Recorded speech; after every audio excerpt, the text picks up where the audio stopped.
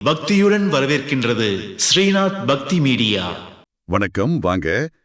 இன்னைக்கு நாம ஒரு அருமையான இடத்தை பத்தி ஆழமா பேச போறோம். திருப்பூர் பக்கத்துல இருக்கிற திருமூர்த்தி மலை பத்தி நிறைய சுவாரஸ்யமான விஷயங்கள் இருக்கு. ஆமாங்க. இது வெறும் ஒரு கோயில்னு சொல்லிட முடியாது. இயற்கை அழகு, ஆன்மீகம், அமைதி இன்னும் எல்லாம் சேர்ந்த ஒரு இடம். வர்றவங்களுக்கு அது ஒரு தனி அனுபவத்தை கொடுக்கும். நிச்சயமா. இன்னைக்கு நம்ம கலந்துரையாடல்ல அந்த அமனலிங்கேஸ்வரர் கோயில், அப்புறம் அங்க இருக்கிற மும்மூர்த்திகளோட அந்த வரலாறு, ஆமா, அப்புறம் ரொம்ப முக்கியமா அந்த பஞ்சலிங்க அருவி, இதெல்லாம் எப்படி ஒன்னோடு ஒண்ணு இணைஞ்சிருக்கு, ஏன் இத்தனை பேர் அங்க விரும்பி போறாங்கன்னு கொஞ்சம் விரிவாவே பார்க்கலாம். சரிதான். நீங்க சொன்ன மாதிரி இது மும்மூர்த்திகள், அதாவது பிரம்மா, விஷ்ணு, சிவன் பேர்ல இருந்தாலும் கோயில் பேர் அமனலிங்கேஸ்வரர் கோயில்னு தான் ரொம்ப பிரபலம். ஆமா. அந்த பேர் எப்படி வந்துச்சு, அந்த புராண கதை என்ன, இது எப்படி ஒரு முக்கியமான வழிபாட்டு தலமாவும் அதே சமயம் ஒரு டூரிஸ்ட் ஸ்பாட்டாவும் மாறுச்சுங்கிறத உங்க தகவல்களை வச்சு இப்ப அலசுவோம். ரொம்ப நல்லா இருக்கும். அப்போ முதல்ல இந்த திருமூர்த்தி மலை சரியா எங்க இருக்கு, அதோட அமைவிடம் பத்தி சொல்லுங்களேன். கண்டிப்பா. உங்க குறிப்புகள்ல தெளிவா இருக்கு. உடுமலைப்பேட்டையில இருந்து தெற்கால ஒரு 21 கிலோமீட்டர் போகணும். ஓகே. அதுவே பழனியில இருந்து பாத்தீங்கன்னா தென்மேற்கு திசையில ஒரு 45 கிலோமீட்டர் வரும். அப்போ ரெண்டு முக்கியமான ஊர்களுக்கு நடுவுல மேற்கு தொடர்ச்சி மலை அடிவாரத்துல இருக்கு. ஆமா, கரெக்ட். மேற்கு தொடர்ச்சி மலையோட ஆனைமலை தொடர்ல தோணி ஆறுன்னு ஒரு ஆறு ஓடுது. அதுக்கு பாலாறுன்னு இன்னொரு பேரும் இருக்கு. அந்த ஆத்தோரமா தான் அந்த கோயில் அமைஞ்சிருக்கு. அப்போ மலையும் ஆறும் சேர்ந்தா இயற்கையாவே ரொம்ப அழகா இருக்கும் இல்லையா? நிச்சயமா. உங்க குறிப்புகள்ல ஒரு இன்ட்ரெஸ்டிங்கான விஷயம் கவனிச்சேன். உடுமலைப்பேட்டை பகுதியில நிறைய பேர் குழந்தைங்களுக்கு திருமூர்த்தி, கஞ்சிமலையப்பன்னு பேர் வைக்கிறாங்களாம். ஆமா, அது படிக்கும்போதே எனக்கும் தோணுச்சு. இதுவே அந்த கோயில் எந்த அளவுக்கு மக்கள் மனசுல இடம் பிடிச்சிருக்குன்னு காட்டுது தானே. மிகச்சரியா சொன்னீங்க. இது வெறும் ஒரு தகவல் இல்ல, அந்த பகுதி மக்களோட கலாச்சாரத்தோட, அவங்க நம்பிக்கையோட இது எப்படி பின்னி பிணைஞ்சிருக்குன்னு காட்டுது. அவங்க வாழ்க்கையோட ஒரு அங்கமா இருக்கு. அதோட அந்த சலசலன்னு ஓடுற ஆறு, பச்சை பசேல்னு மலைச்சாரல் வர்றவங்களுக்கு ஒரு மன நிறைவை தரும். சரி, இப்போ அந்த கோயில் விஷயத்துக்கு வருவோம். பிரதான தெய்வங்கள் மும்மூர்த்திகள்னு சொன்னீங்க. பிரம்மா, விஷ்ணு, சிவன், அயன், அரி, அரண். ஆமா. அவங்க ஒரே கருவறையில ஒரு சின்ன குன்று மேல லிங்க வடிவத்துல இருக்காங்கன்னு உங்க குறிப்பு சொல்லுது. ஆனா பேர் மட்டும் அமனலிங்கேஸ்வரர் கோயில்னு இருக்கு. இந்த அமனர்ங்கிற வார்த்தை எப்படி வந்தது, கொஞ்சம் விளக்கமா சொல்லுங்களேன்.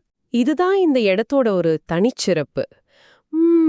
உங்க குறிப்புகள்ல இருக்கிற தல புராணம் தான் இதுக்கு முக்கியமான காரணம். மும்மூர்த்திகளும் ஒன்னா சேர்ந்து அருள் பாலிக்கிற இடம் இது. இந்த அமனலிங்கேஸ்வரன்கிற பேருக்கு பின்னாடி ஒரு கதை இருக்கு. புராணப்படி மும்மூர்த்திகளும் முனிவர்கள் மாதிரி வேஷம் போட்டுக்கிட்டு ஆடை இல்லாம, அதாவது அமன கோலத்துல அனுசூயா தேவியோட பதிவிரதையை சோதிச்சதா ஒரு கதை. ஓ, அந்த நிர்வாண கோலம், அதனால அமனுங்கிற வார்த்தை வந்திருக்கலாம், அப்படியா? அது ஒரு விளக்கம். சில பேர் என்ன சொல்றாங்கன்னா, அமணர்னா உருவமில்லாத நிலைன்னு அர்த்தம் கொள்ளலாம். லிங்கம் எப்படி சிவனோட உருவமற்ற நிலையை காட்டுதோ அது மாதிரி இங்க மும்மூர்த்திகளும் அந்த மாதிரி ஒரு நிலையில இருக்கிறதாவும் சொல்லலாம். அதோட லிங்கேஸ்வரருங்கிற சிவனோட பேரையும் சேர்த்து அந்த உருவமற்ற தன்மையையும் மும்மூர்த்திகளின் ஒருங்கிணைப்பையும் காட்டுற பேரா அமனலிங்கேஸ்வரன்னு வந்திருக்கலாம். இது அந்த புராணத்தோட ஆழமா சம்பந்தப்பட்டது. இது புராணம் ரொம்ப முக்கியம் கரியுது. அதை கொஞ்சம் விரிவா சொல்லுங்களேன். நீங்க கொடுத்த தகவல்கள்ல அதுதான் மையமா இருக்கு. கண்டிப்பா. அத்ரி மகரிஷியும் அவங்க மனைவி அனுசூயாவும் இந்த பகுதியில தவம் செஞ்சுட்டு இருந்தாங்க. அனுசூயா தேவியோட கற்பு, அவங்களோட பதிவிரத தன்மை பத்தி 3 உலகமும் பேசிச்சான். இத கேள்விப்பட்ட மும்மூர்த்திகளும் சரி இவங்கள சோதிச்சு பார்க்கலான்னு முடிவு பண்றாங்க. 3 பேரும் வயசான முனிவர்கள் மாதிரி வேஷம் போட்டுக்கிட்டு, அதுவும் ஆடையே இல்லாம அனுசூயா ஆசிரமத்துக்கு போய் பிச்சை கேக்குறாங்க. ஐயோ, இது ரொம்ப ஒரு தர்ம சங்கடமான நிலைமையாச்சே. அனுசூயா தேவி என்ன செஞ்சாங்க? அவங்க கொஞ்சம் கூட அசரல. தன்னோட கணவரை மனசுல தியானம் பண்ணி பதிவிரத சக்தியால பிச்சை கேட்டு வந்த அந்த 3 பேரையும் பச்சிலம் குழந்தைகளா மாத்திட்டாங்க. என்னது, குழந்தைகளா மாத்திட்டாங்களா? கேட்கவே ஆச்சரியமா இருக்கே. ஆமா. அப்புறம் ஒரு தாய் எப்படி குழந்தைங்களை பாத்துப்பாங்களோ அப்படி அவங்களுக்கு பாலூட்டி, தாலாட்டி, சீராட்டி இருக்காங்க. அட எங்கப்பா, சோதிக்க வந்தவங்களையே சாதுரியமா கையாண்டிருக்காங்க. அப்புறம் எப்படி அவங்க பழைய உருவத்துக்கு வந்தாங்க? விஷயம் தெரிஞ்சு அவங்க மனைவிகளான லக்ஷ்மி, சரஸ்வதி, பார்வதி 3 பேரும் பதறி போய் ஓடி வராங்க. அனுசூயா தேவி கால்ல விழுந்து தங்களோட கணவன்மார்களை திரும்ப பழையபடி மாத்தி கொடுங்கன்னு கெஞ்சுறாங்க. அவங்களோட நிலைமைய பார்த்து இரக்கப்பட்ட அனுசூயா தேவியும் சரி ஆகட்டும்னு சொல்லி அந்த குழந்தைகளை திரும்ப மும்மூர்த்திகளா மாத்துறாங்க. ரொம்ப சுவாரஸ்யமான கதை. இதுல ரொம்ப மகிழ்ந்து போன மும்மூர்த்திகளும் அனுசூயா தேவியோட பதிவிரதைய பாராட்டி உங்களுக்கு என்ன வரம் வேணும்னு கேக்குறாங்க.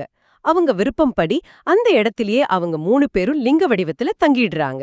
அதனாலதான் அந்த மலைக்கு திருமூர்த்தி மலைனும் அந்த சன்னதிக்கு அமணலிங்கேஸ்வரர்னும் பேர் வந்துச்சுன்னு உங்க குறிப்புகள் ரொம்ப அழுத்தமா சொல்லுது.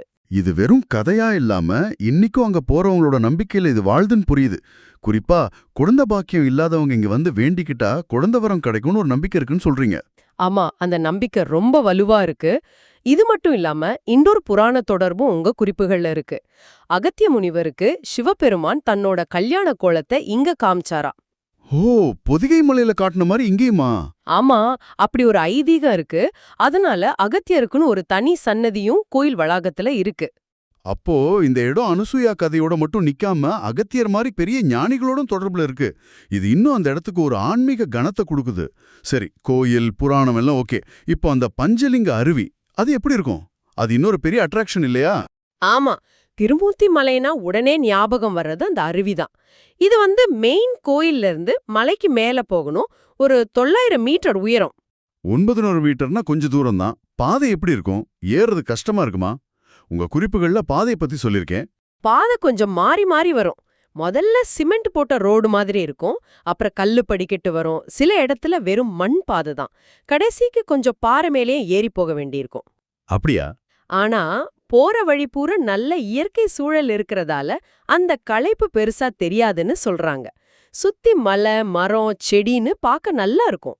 அந்த அருவி தண்ணிக்கு மூலிகை குணம் இருக்குன்னு சொல்றாங்களே, அது எந்த அளவுக்கு உண்மை? அது பரவலா நம்பப்படுதுங்க. ஏன்னா அந்த தண்ணி மலையில இருக்கிற எத்தனையோ மூலிகை செடி வேர்கள் மேல பட்டு அதோட சத்தெல்லாம் இழுத்துக்கிட்ட வர்றதா சொல்றாங்க. அதனால அதுல குளிக்கிறது உடம்புக்கு நல்லது, ஒரு புத்துணர்ச்சி கிடைக்கும்னு ஒரு நம்பிக்கை. அது மட்டும் இல்லாம அருவி விழுகிற சத்தம் கூட ரொம்ப இனிமையா இருக்கும்னு சொல்வாங்க. சலங்க சத்தம் மாதிரி இல்லனா மத்தளம் வாசிக்கிற மாதிரி கேட்கும்னு சில வர்ணனைகள் உங்க குறிப்புகள்ல இருக்கு. கேட்கவே நல்லா இருக்கு. அந்த அருவி இருக்கிற இடம், அந்த சூழல் எப்படி இருக்கும்? உங்க குறிப்புகள்ல அழகா சொல்லியிருக்கு. சுத்திலும் உயரமான மலைங்க, நல்ல அடர்ந்தியான மரங்கள், அப்புறம் முக்கியமா நிறைய குரங்குகள் அங்க ஜாலியா விளையாடிட்டு இருக்கும். ஓ, குரங்குங்க தொல்லை இருக்குமா? கொஞ்சம் கவனமா இருக்கணும். ஆனா அந்த இடத்தோட அமைதி, அந்த அருவியிலிருந்து வர்ற ஈர காத்து, அந்த மொத்த காட்சியும் மனசுக்கும் உடம்புக்கும் ஒரு பெரிய ரிலாக்ஸேஷனை கொடுக்கும். குளிச்சு முடிச்சதும் கிடைக்கிற ஃப்ரெஷ்னஸ், அது ஒரு தனி ஃபீல். அருவிக்கு மேலேயும் பஞ்சலிங்கம்னு ஒரு இடம் இருக்குன்னு உங்க தகவல்ல படிச்சேன். அது என்ன? ஆமா, அருவிய தாண்டி இன்னும் கொஞ்சம் மேல போனோம்னா பஞ்சலிங்கம்னு ஒரு சின்ன தலம் இருக்கு. அங்க இருக்கிற பாறை அமைப்பு பார்க்க கைலாய மலை மாதிரி ஒரு தோற்றத்தை கொடுக்கும்னு சிலர் சொல்றாங்க. ஒரு சின்ன கோயிலும் இருக்கு. அங்க எல்லாரும் போக முடியுமா? இல்ல, அதுக்கு ஃபாரஸ்ட் டிபார்ட்மெண்ட் பெர்மிஷன் வாங்கணும். வருஷத்துல சில குறிப்பிட்ட நாள்ல மட்டும்தான் அனுமதிப்பாங்க. ஏன்னா அது ரிசர்வ் ஃபாரஸ்ட் ஏரியாக்குள்ள வருது. ஓ, சரி சரி. இப்போ இந்த இடத்துக்கு போகணும்னு நினைக்கிறவங்களுக்கு சில விஷயங்கள் தெரிஞ்சுக்கணும். கோயில், அருவி இதுக்கெல்லாம் டைமிங்ஸ் இருக்கா? டிக்கெட் மாதிரி ஏதாவது உண்டா? ஆ, இல்ல, அருவிக்கு டிக்கெட் கிடையாது. பட் கோயிலுக்குள்ள போகிறதுக்கு டிக்கெட் இருக்கு. அதுவும் ஈஸியா கிடைக்கும். மதியம் 1:30 வரைக்கும் ஓபன் இருக்கு. கோயில் பொதுவா காலையில 6:30 இருந்து சாயங்காலம் 6 மணி வரைக்கும் திறந்திருக்கும். பஞ்சலிங்க அருவிக்கு டூரிஸ்ட்ஸ் காலையில 9 மணியிலிருந்து சாயங்காலம் 5 மணி வரைக்கும் போகலாம். மலையடிவாரத்துல அருவி பகுதிக்கு போறதுக்கு முன்னாடி ஒரு என்ட்ரி ஃபீ வாங்குறாங்க. அது ஒரு ஆளுக்கு 5 ரூபாய்னு உங்க குறிப்பு சொல்லுது. அது இல்லாம அருவி மெயின்டெனன்ஸ்க்கும் தனியா கட்டணம் இருக்கலாம். அங்க போறவங்களுக்கு என்னென்ன வசதிகள் இருக்கு? ஏதாவது செய்யக்கூடாத விஷயங்கள் இருக்கா? அடிப்படை வசதிகள் பண்ணிருக்காங்க. குறிப்பா லேடிஸ் ட்ரெஸ் மாத்தி அருவி பக்கத்திலே தனி ரூம் இருக்கு. கட்டுப்பாடுகள் கொஞ்சம் முக்கியம். பிளாஸ்டிக் கவர், பாட்டில்ஸ், அப்புறம் தீப்பெட்டி, சிகரெட் மாதிரி ஈஸியா தீப்பிடிக்கிற பொருட்களை அருவி ஏரியாக்குள்ள கொண்டு போவே கூடாது. ஓகே. அப்புறம் குரங்குகள் ஜாஸ்தியா இருக்கிறதால நம்ம கொண்டு போற தின்பண்டங்கள், பொருட்களை ரொம்ப கவனமா வச்சுக்கணும். சரிதான். இன்னொரு முக்கியமான விஷயம், அந்த மெயின் அருவியில மட்டும்தான் குளிக்கணும். வழியில அங்கங்க சின்னதா ஓட மாதிரி போகும். அதுல இறங்குறது, குளிக்கிறதெல்லாம் சேஃப் இல்லைன்னு ஃபாரஸ்ட் டிபார்ட்மெண்ட் சொல்றாங்க. அப்புறம் அருவியில தண்ணி வரத்து எப்பவும் ஒரே மாதிரி இருக்காது. மழை காலத்துல தண்ணி ரொம்ப அதிகமா வந்தா பாதுகாப்புக்காக அருவிக்கு போறத தற்காலிகமா நிறுத்தவும் வாய்ப்பு இருக்கு. இதெல்லாம் தெரிஞ்சுக்கிட்டு போறது நல்லது. போக்குவரத்து எப்படி? உடுமலைப்பேட்டையில இருந்து பஸ் வசதி நல்லா இருக்குமா? அது ரொம்ப ஈஸி. உடுமலைப்பேட்டை பஸ் ஸ்டாண்ட்ல இருந்து திருமூர்த்தி மலைக்கு நிறைய பஸ் இருக்கு, அடிக்கடி பஸ் போயிட்டு வரும். அதனால அங்க போய் சேர்றது ஒன்னும் கஷ்டம் இல்ல. ரொம்ப நன்றி. அப்போ ஒட்டுமொத்தமா பார்க்கும்போது திருமூர்த்தி மலைங்கிறது ஒரு கோயில் மட்டும் இல்ல, அதுல புராணம் இருக்கு, இயற்கை அழகு இருக்கு, மக்களோட நம்பிக்கை இருக்கு, மனசுக்கும் உடம்புக்கும் புத்துணர்ச்சி தர அருவி இருக்கு, எல்லாம் கலந்த ஒரு முழுமையான அனுபவம்னு சொல்லலாம். ஆமாம், நீங்க கொடுத்த தகவல்கள் அது ரொம்ப அழகா காட்டுது. தென்னிந்தியாவுல இது ஒரு முக்கியமான ஆன்மீக, அதே சமயம் இயற்கை எழில் கொஞ்சுற இடம். அதோட கதை, வழிபாட்டு முறை, அது ஏன் ஒரு புகலிடமா இருக்குங்கிறதெல்லாம் புரியுது. முக்கியமா அந்த பேர் வைக்கிற பழக்கம், குழந்தை வரம் கேட்கறது, இதெல்லாம் பார்க்கும்போது அந்த பகுதியோட கலாச்சாரத்தோட இந்த இடம் எந்த அளவுக்கு ஒன்றி இருக்குன்னு தெரிய வருது.